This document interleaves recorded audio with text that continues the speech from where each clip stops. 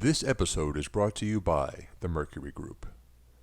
The Mercury Group is a supply chain management and consulting firm specializing in global commodity supply chain, collateral and finance management, along with physical inspection, survey, and audit services. Mercury's team has extensive experience in many commodity sectors and provides bespoke services for producers, mining companies, trading companies, banks, and funds involved in commodity trade.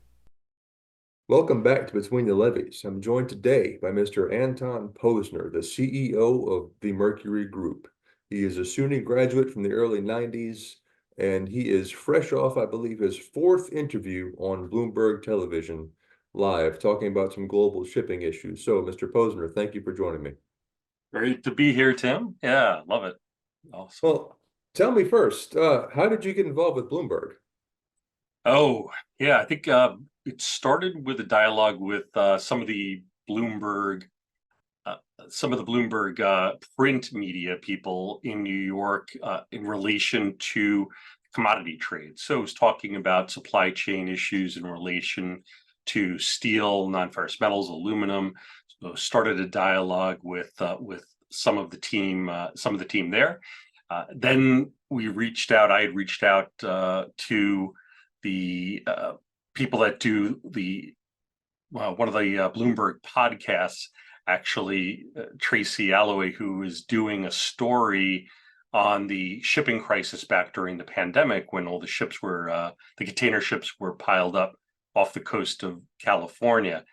She was looking to do a story on that. I reached out to her on LinkedIn and connected with her. Then she invited me and Margot and I to come on the Bloomberg podcast, which we did. We did a couple of those, and then the television people picked up from that and invited us on. It was funny, the first time that that we were invited on, it wasn't an invite to Anton, it was an invite to Margot and Anton. And I at that first day that they invited us to come on the afternoon show, which was only a couple of hours or a few hours notice, I couldn't do it. I had a doctor's appointment, so called Margot up and asked her if she wanted to do it. And she said, "No way do I want to be on live global TV, Posner. This is all you." So that day I couldn't do it, and I told them that. And a few days later, they invited us to come back on, and I was able to do it. So yeah, a couple of years ago. Well, your most recent visit was talking about the Red Sea and the challenges in the Suez Canal. Include that one if it applies, but fill me in on what global shipping issues affect the American barging industry. Sure. Yeah, certainly big question, right? There's a lot of issues that are going into that, from trade to supply chain issues to finance issues and government stimulus issues, of course. So there's a wide-ranging list of topics. We could probably go for a few hours just in that. But let's start with what's happening in the global supply chain industry right now. We're seeing delays and problems at the two major choke points in global trade: the Panama Canal due to the drought situation, low water situation there, which is restricting transit through the canal, and what's happening in the Red Sea, what I spoke on Bloomberg TV last week about. So this is changing trade lanes essentially, right? So we're seeing situations where companies that are planning shipments coming into the United States, departing the United States and other markets around the world, are having to make adjustments, knowing that there's going to be multiple week delays at the Panama Canal, that there's going to be weeks of delays with ships going around the Cape Good Hope and Africa. So at this point, we're seeing trade lanes shifting. No doubt that's going to have an effect. These two situations are going to have an effect on what's flowing into the river system, what's looking at companies that are looking at alternatives to going into the river system and looking at other situations or other shipment opportunities to get around these delays. Who knows, right? You could be looking at when the lakes reopen, shipments going directly into the lakes, and as opposed to going into the river system. So these two problems at these two major canal choke points will certainly have wide-ranging effects, not just on the inland river system in the United States, but also on what's happening all over the place, right? Container lines making adjustments to what they're currently doing. Add on top of that, right now we still have situation in flux on areas that are near and dear to our hearts at Mercury, the metals and steel markets, with tariffs, trade issues, trade disputes, politics that are going into this at the moment. We have right now a situation where the inland, import business on both steel and non-ferrous metals, aluminum in particular, have been anemic at this point, coming into the States. And northbound business, we're seeing a little bit of optimism on what's happening for what's coming ahead for 2024. There's going to be some other issues. There's a major domestic aluminum smelter in the Midwest that there's rumors that it might be shutting down. That's certainly a situation that's going to have an effect on the aluminum market in the States, which has always been a natural, larger volume northbound type business. So we'll see what happens with that. There's been some détente with the European Union on steel tariffs at this point, so that may inspire some more steel trade in that respect.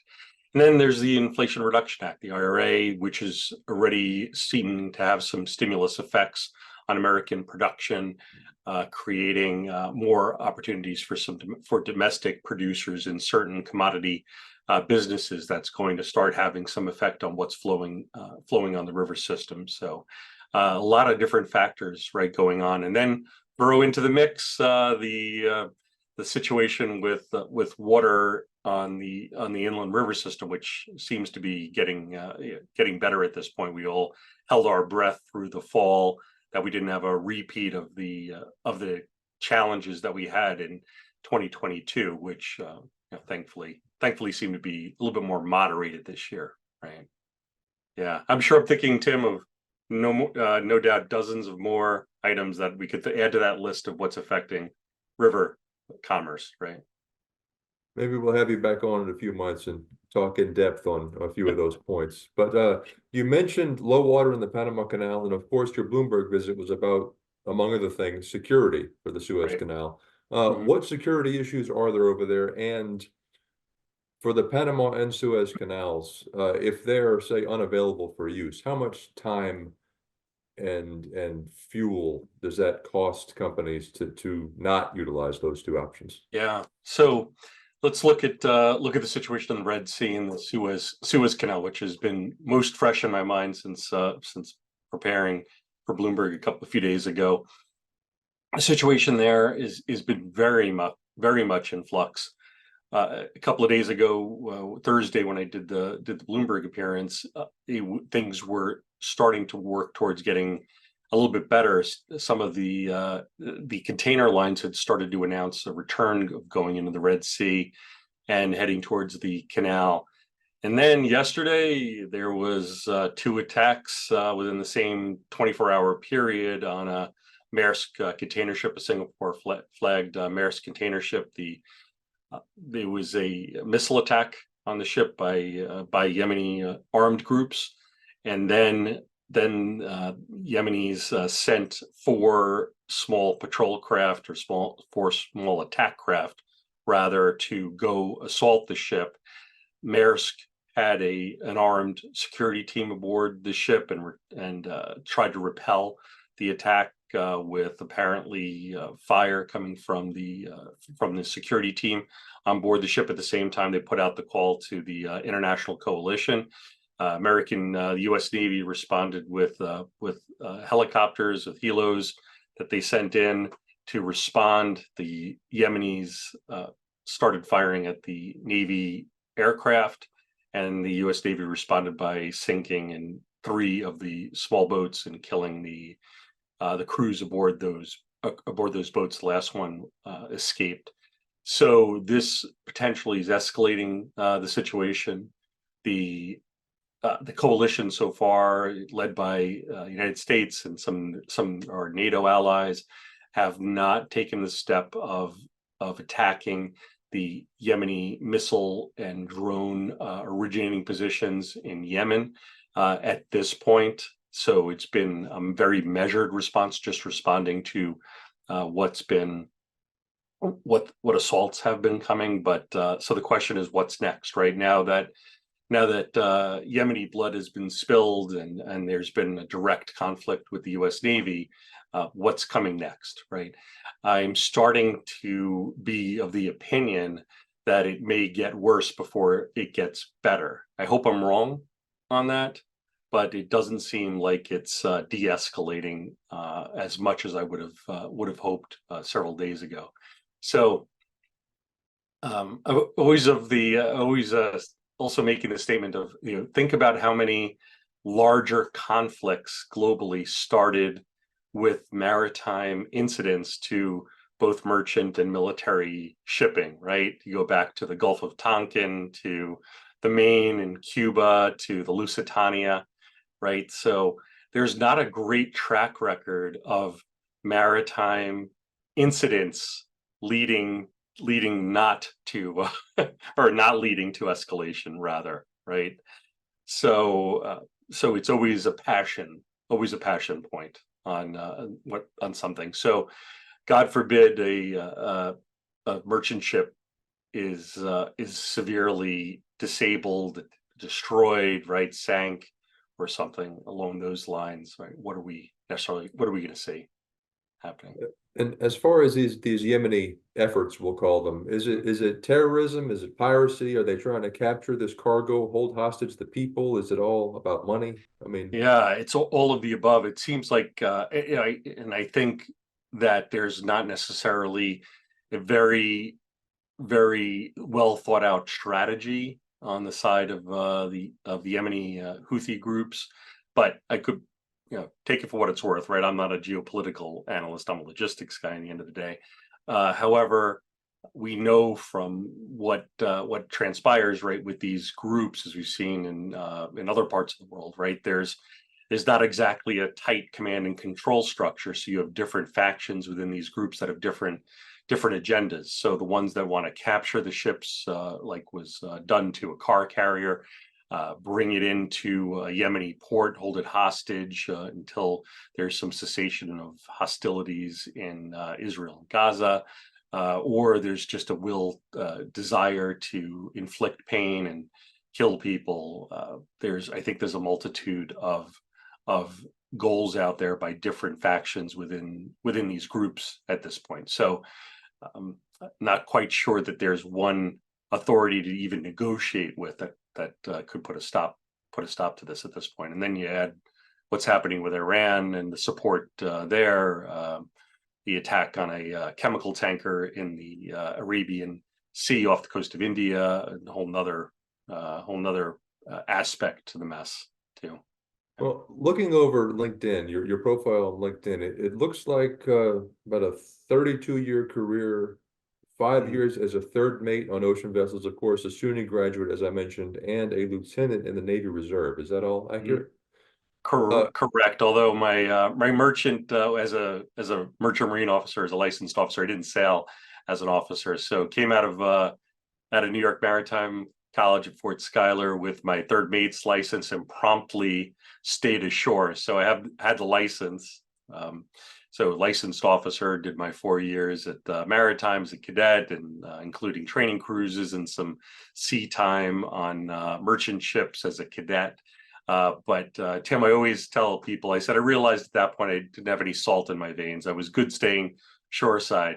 One of the jokes I always make too is that I determined I was better navigating a cocktail party in London than navigating a ship to get to London. So I imagine that'd be just about the same way. But in all that training, education, and military service, what sort of training was made available to you, or that you went through to prepare for things like piracy? at what's going on across the world? Yeah, it's an interesting question, and one that I haven't been asked before. And I have to say it's probably not much, but the answers will be interesting, right? So during at school back at New York Maritime College, piracy was always an issue in certain parts of the world, the Straits of Malacca near Singapore, certainly off the coast of Somalia, with the situation going into deteriorating political situation in Somalia. That was transpiring while we were in school and training as merchant marine officers. Really, as from the commercial standpoint, there's not much you can do, right? These are unarmed merchant ships. We were taught at that point, basically, you put out the call for help. You don't have the capacity on board a ship to fight back, nor were we trained to fight back. So basically going through areas where piracy is always an issue. You'd put out more of the crew on watch to look for what might be coming at the ship. You'd put fire hoses alongside the railings on the ship to be able to try to repel boarding potentially. But beyond that, unless you're the ship operator and ship owner deployed an armed security crew aboard the ship, there's not much more that a merchant crew can do. These are whatever end of the spectrum Navy SEALs are on. Let's say that merchant marine crew would be on the 180 degrees different in terms of capabilities to handle that. So yeah, couldn't be more different. And then switching over to my time in the Navy Reserve, I was a Merchant Marine Reserve officer. The Navy paid for part of my time at Maritime College. I owed them 6 years as a reserve officer. I gave them 8 years. I decided to actively join a unit, and interestingly enough, the unit that I joined, the 2 units that were in were called Naval Control of Shipping units. So these units that I joined as a junior officer were created to protect merchant shipping and coordinate merchant shipping during a time of war. However, we're talking about the early 1990s, right? I graduated in 1992, got my commission in 1992. The Navy, the military, Department of Defense at this point was still very much on a Cold War Soviet Union footing.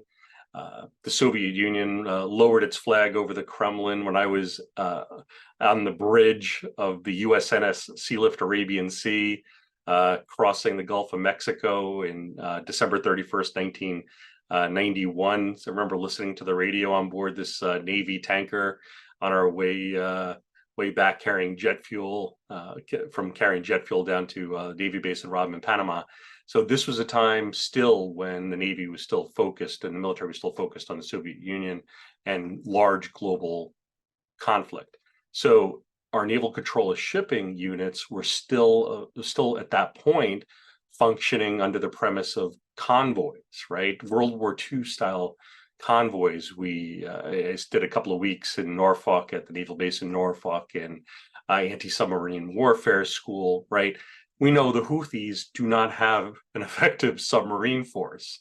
So we're talking about a completely different type of threat these days. And of course, I've been out of the Navy Reserve since 2000, 2001 timing. So a lot, no doubt, has happened in 24 years since then. But still, when I was there, it was still focused on large scale conventional adversaries that had submarines that were attacking merchant shipping, and the premise was still organizing convoys, right, at that point to control merchant shipping in a big way. So that's not today, right? Although we're seeing some elements of that, interestingly enough, in the Red Sea.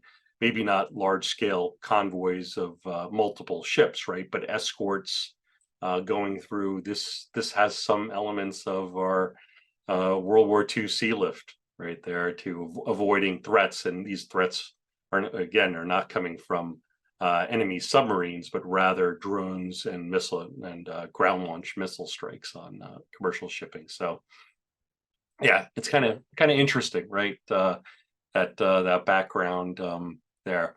However, it was the reserves. It wasn't hardcore military time, and I'd be I'd certainly be remiss if I didn't emphasize, right, that as a reservist, it wasn't exactly an enormous amount of hardcore military time. Well, jumping back, of course, to the industry within the levees that this podcast normally chronicles, I've hosted a couple of SUNY grads, and it was confirmed that in that curriculum, Hmm. there is very little, if any, mention of the inland rivers Yeah. shipping industry. Mhm. Um, what would you envision if you went to SUNY with a presentation today to say, hey, can we get some of the coursework focused on the inland rivers? Mhm. How would you suggest they approach that?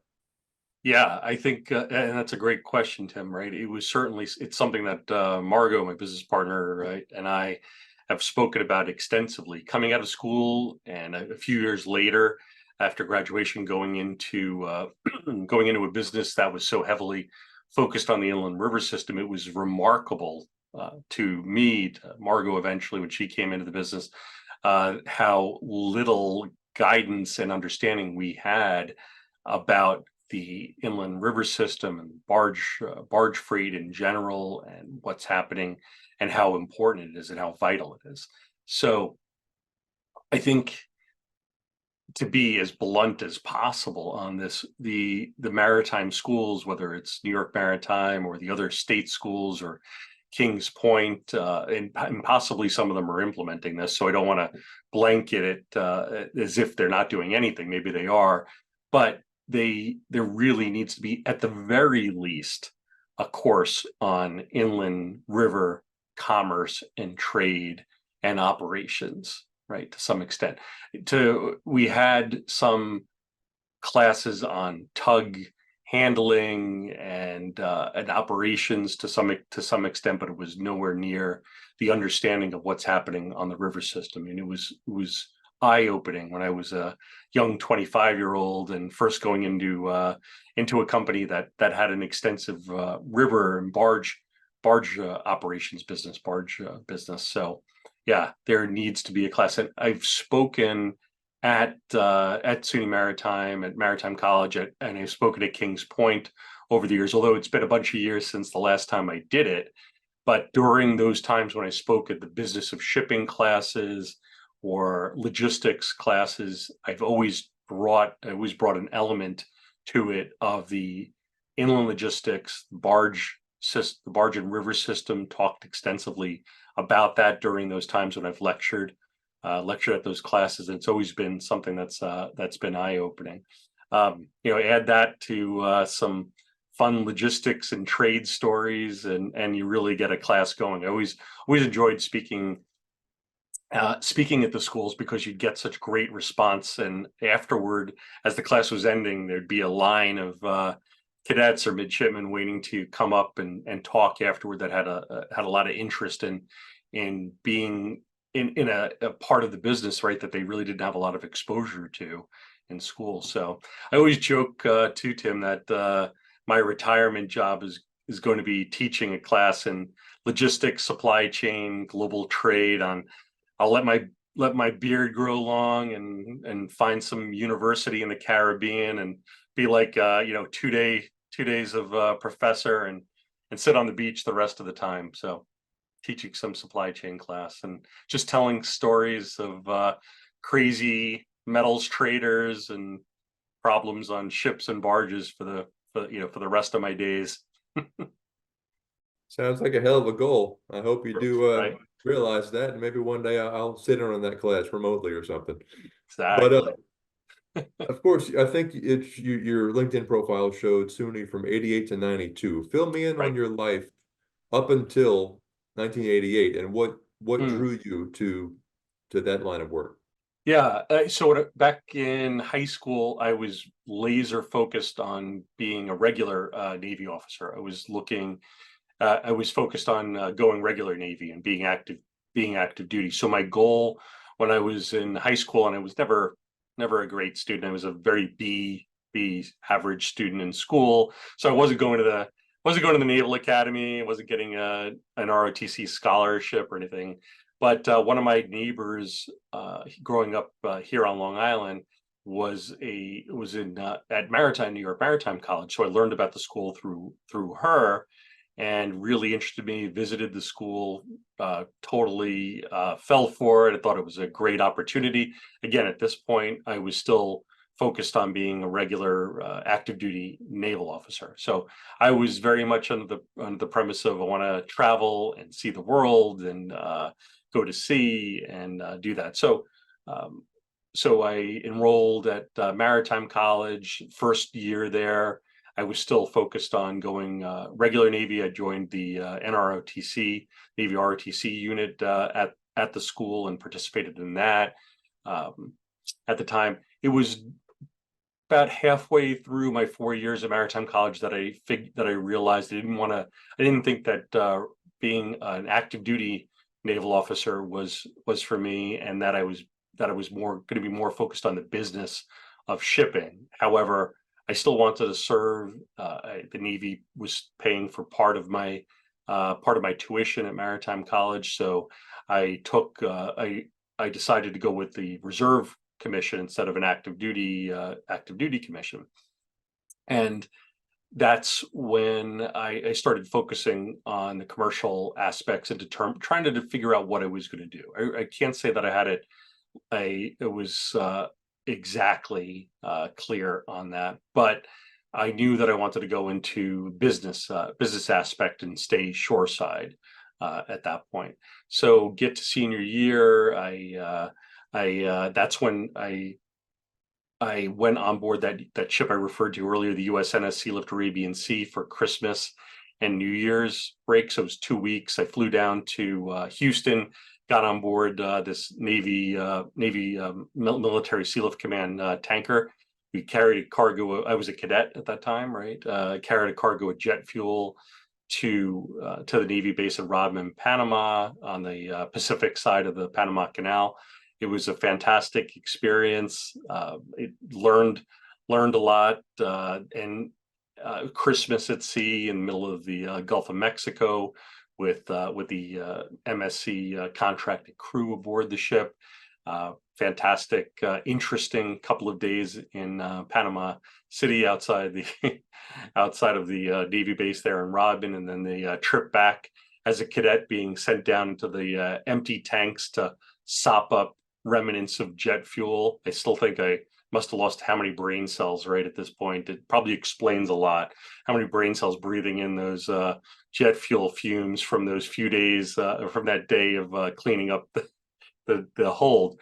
But that 2 weeks aboard the USNS Sealift Arabian Sea, when I was a cadet as a senior at school, that's when I really knew. I said, I'm going to be better staying ashore. But I'm so glad I did this, because I wanted to see what it was like to be on a real merchant marine operated, in this case, Navy owned ship. And as I got closer to graduation, I started applying, looking at what jobs to apply for, and I got the first job that I applied for, working as an operations kit or port captain for a container line, Neptune Orient Lines, NOL, which is now part of American President Lines. They acquired American President Lines and changed their name, so EPL. So I was stowing at 22 years old. I was stowing container ships, going into Manhattan to the office every day, 5 days a week, and then spending my weekends often in Port Newark, living aboard the ships when they were in port, and planning the container stow on the ships, dealing with the longshoremen and the stevedoring management, planning out the stowage for the ships for the entire East Coast run, Halifax, Norfolk, Charleston, so forth. So it was a lot of responsibility, shockingly so, for a 22-year-old. This was the time before computers were stowing container ships. So I had a pack of colored pencils, and I would sit there and use those colored pencils to plan which discharge port the containers were going to be stowed on the ship, and it was done very much eyeballing. It was, don't put too much tonnage to the starboard side. Don't put too much to the port. Try not to keep the ship too heavy by the bow, right? And it was very much, after taking 2 semesters of naval architecture in school and understanding how complicated stability and ship stability is on a ship. Here I was handed colored pencils and told to eyeball the stuff. So I got to say, it was a lot for a 22-year-old, but I had a great time. I did it. Rode one of the container ships down the coast to meet my colleagues in Norfolk and Charleston. I chose the wrong time. It was December 1992. There was this nor'easter steaming, basically barreling up the East Coast that I had no idea. I got on board the MV Neptune Pearl in Port Newark, and we sailed right into it. Around December 7th, 1992 it was referred to as the storm of the century, because it slammed into New York, put Wall Street down in Lower Manhattan underwater. Well, as a freshly minted merchant marine officer and fresh out of school and not even a seagoing officer, here I was sailing through a horrendous storm on a Singapore flag container ship going down. This only reinforced my decision about staying shoreside, mind you, right? Without a doubt. Go ahead. I'm sorry. Yeah, I was gonna say, so it's a very long-winded answer to your question, right? No problem at all. That's what these are for. Yeah. What was my question? Oh, what was the draw to the Navy? Or your parents, what did your parents do for a living? What was any family in the industry? How did you end up following that path? Excuse me. Yeah, no one in the maritime industry or the Navy. My father was a World War II veteran. He was artillery in Patton's Army, Battle of the Bulge vet. So he thought it. He got a good chuckle when I told him I was going into the Navy. But he was an Army corporal. Yeah, Battle of the Bulge vet, as I said. So very proud of what he did in World War II. My mother was a New York State judge, workers' compensation court judge. She was a lawyer. She was excited. She loved the fact that I wanted to go into the Navy and then eventually into the reserves. And when I decided I was going to stay shoreside, she was nudging me to go to law school to become a maritime and admiralty attorney. Right? She thought that would be fantastic. And I have to say, I think all of us that are in the supply chain business feel like we're fighting legal battles all the time. So I can't say that I've avoided so much of the law aspects, but yeah, no maritime or Navy background in the family. The draw for me was mostly about travel, and I still, at that point, I wanted to serve, and I thought I wanted to see the world. And interesting, I think it's fantastic that in my current capacity as in supply chain business, particularly in the commodities focused supply chain business that I'm in, I've gotten to see a lot. I really enjoy the aspect of dropping myself into a conference in Hong Kong, or running around the port cities in China, or heading to Barcelona for an aluminum event, and going to visit clients in northern Norway, up near the Arctic Circle, that are producing steel. So I still have that bug of wanting to see more of the world, and I think that draw, that ability to connect a business, a job, a career, and do what I love, right, is fantastic. So it may not be in the capacity of being executive officer or commanding officer on board a Navy destroyer. That's okay. I knew that was not that. I thought that might have been my calling, but it wasn't. Where I'm at right now, and it goes back to that joke I made, right? I know I'm better navigating a cocktail party in London than navigating a ship to get to London. My navigation skills, not Hey, I made it through. I got my license. I was able to accomplish the pass the navigation U.S. Coast Guard license exam. But let's just say that I'm not the guy that you definitely want on board up on the bridge in charge of navigation at this point. Well, Anton, is the Mercury Group your sort of brainchild? I'm sure Margot and I discussed that when we met a few months ago. But refresh my memory, how did the Mercury Group come to be? Sure, I'll give you some of the background. So, and it's Margot and Anton creation, very much so. Nowhere near just an Anton creation. So the after school, had a few different jobs in supply chain industry. Margot and I worked together at a couple of companies throughout our career. So she's been a great friend and partner for many years, right, going back to the mid 1990s when Margot graduated and joined the company that I was working for at the time, which was another container line, Canada Maritime Agencies.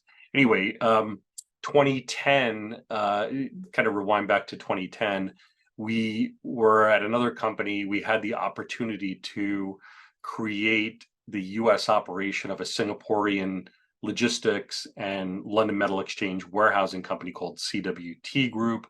CWT Group, again, was a Singapore publicly traded logistics and commodity logistics and warehousing company. They wanted to set up their own operations in North America to focus on London Metal Exchange warehousing, which is the where metals are stored that are traded openly on the exchange in London, and also a robust logistics business. So Margot and I started CWT Commodities USA as a joint venture in 2010 with CWT Singapore. Margot and I had minority ownership in the company. The Singaporeans had majority.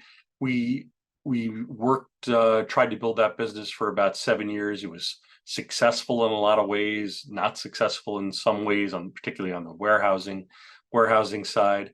But fast forward to 2017, 2018, CWT Singapore was being acquired by mainland Chinese company HNA, which had massive financial trouble now. But anyway, at the time, this is a time where Margot and I knew that we didn't want to have a joint venture with a mainland Chinese company. The Singaporean company was fine, but mainland Chinese company, boy, were we right. After we got out of there, HNA, which owned a large stake in Hilton Hotels and owns Hainan Airlines and owns Flexport Airport Services, not Flexport, I forget the name of the company, but airport services. They own Seaco Containers, right? It's a very broad conglomerate, but boy, they got into big financial trouble after we departed. So it made it look like we knew exactly what we were doing when we decided we needed to get out of there. However, we had no idea how bad it was going to be.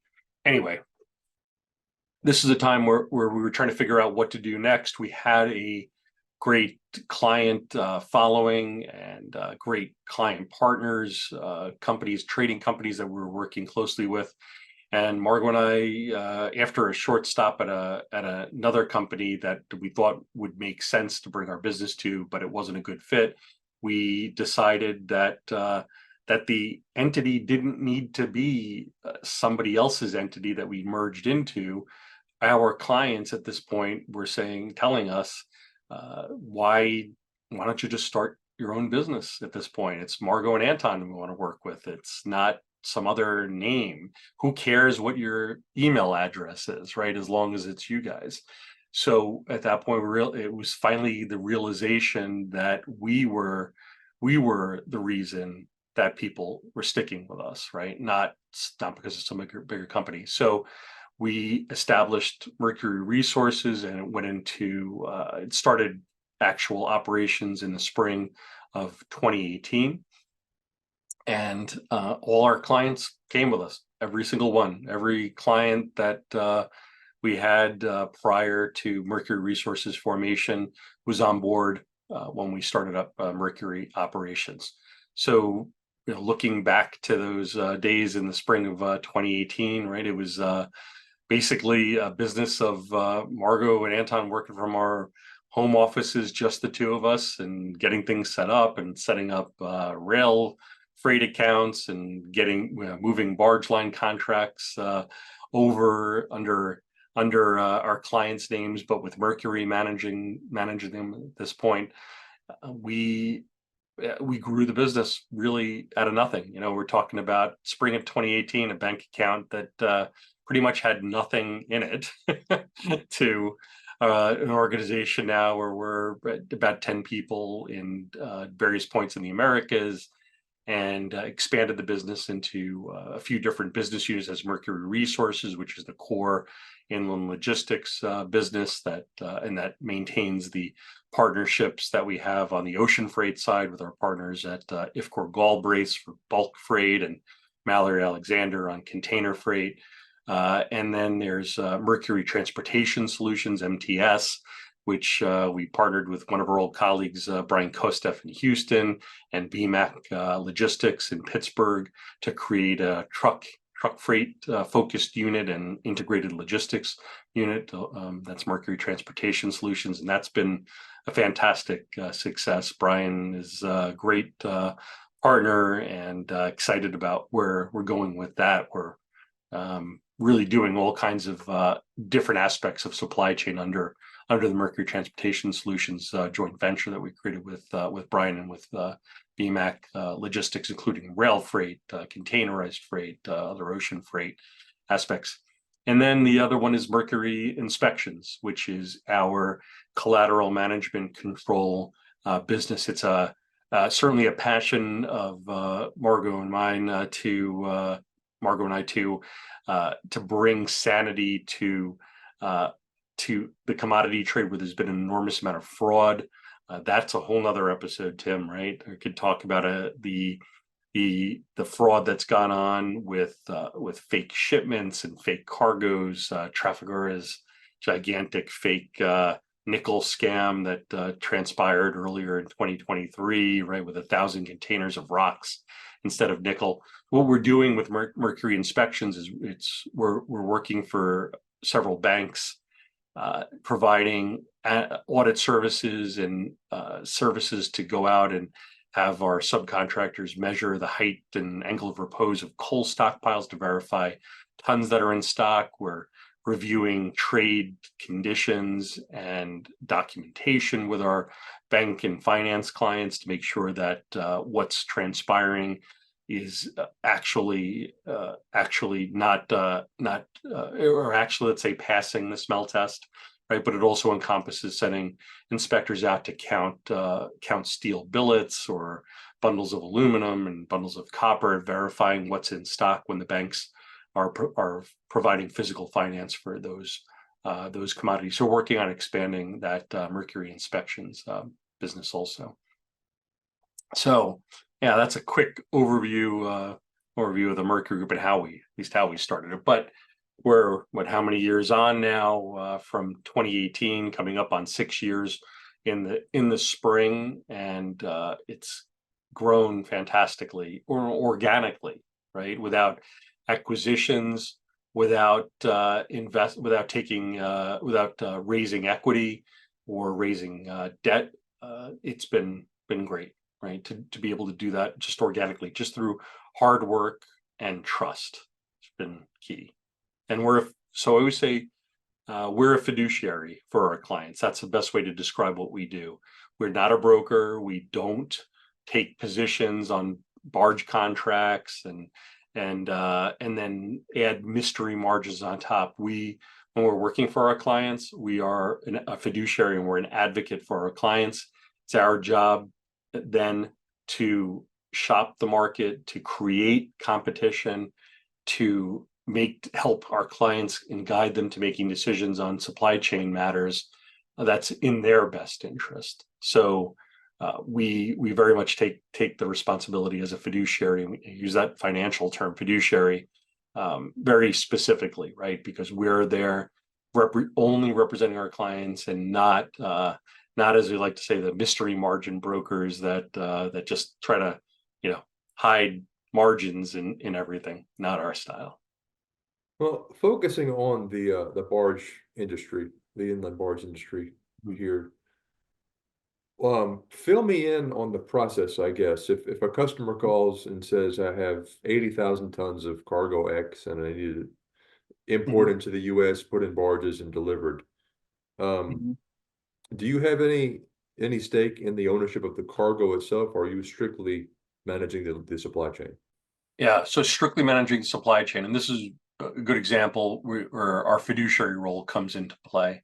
So immediately at that point, where if let's say that we're working with that theoretical client on help with their stevedoring operations in the Gulf and barge freight. So we're immediately working with them to first things first is to provide that client with some initial estimates, right? So getting a quick read on stevedoring costs for transfer, let's say from bulk carrier into barges, fairly straightforward. A couple of phone calls, easy to do that.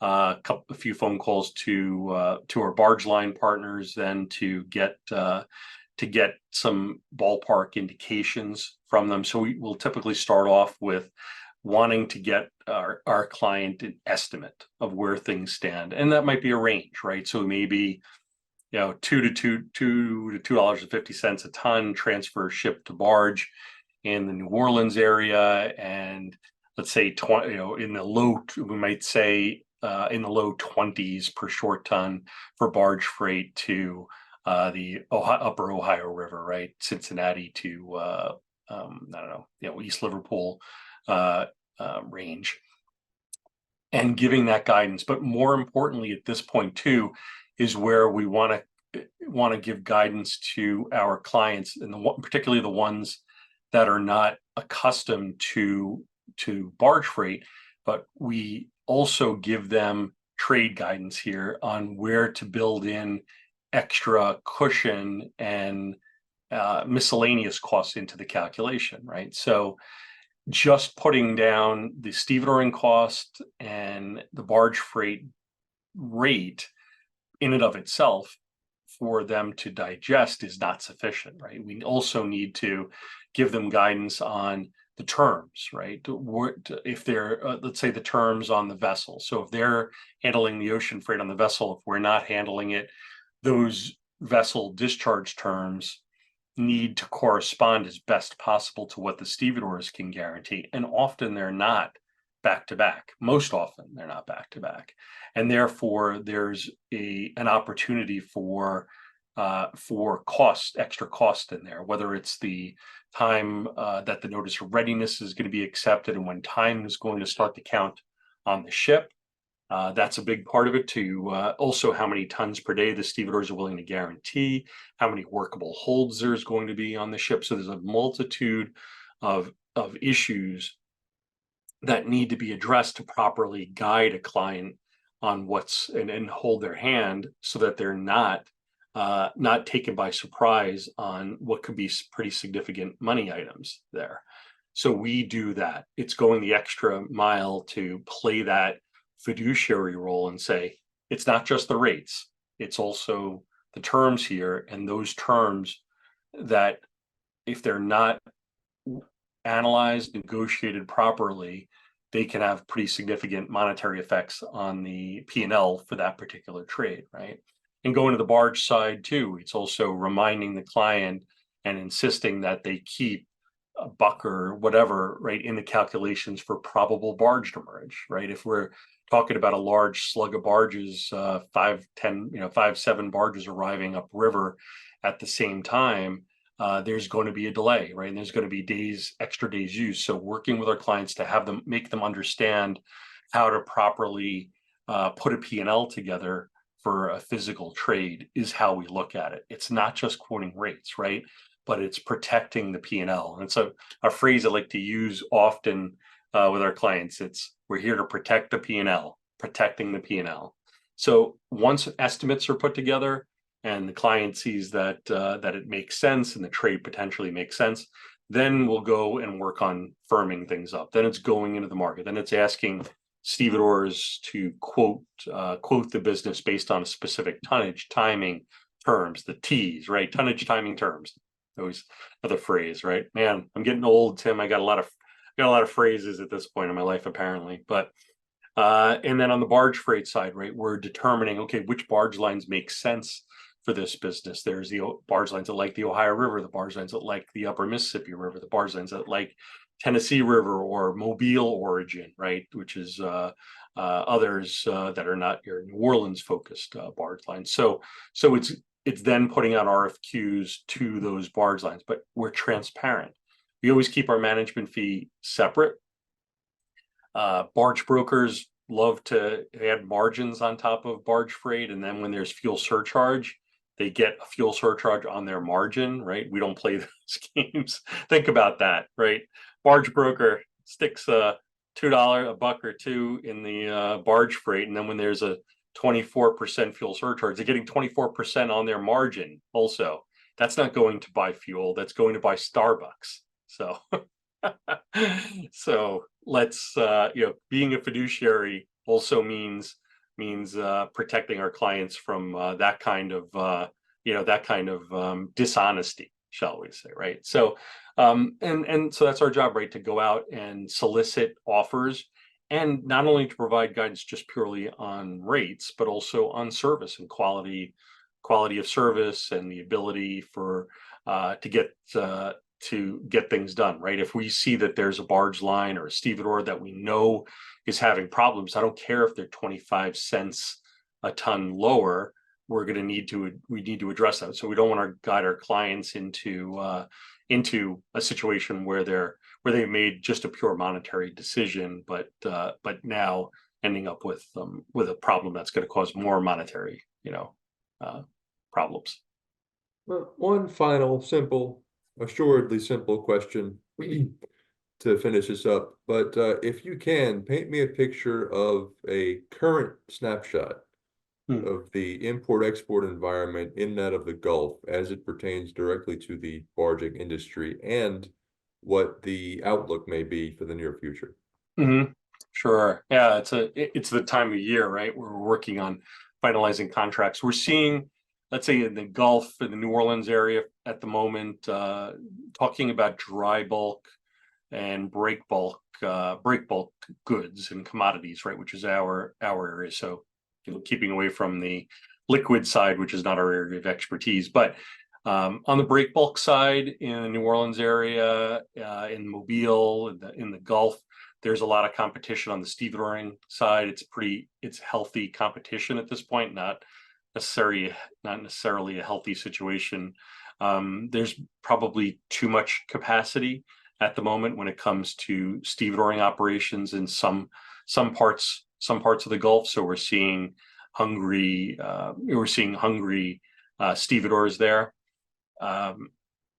The import goes back to what I was talking about a little bit earlier, right? Import steel, metals, break bulk goods has been not a stellar 2023. So right now there's still more capacity out there, and we're seeing some capacity being removed from the markets. Large stevedore in New Orleans, for example, ceased business operations in 2023.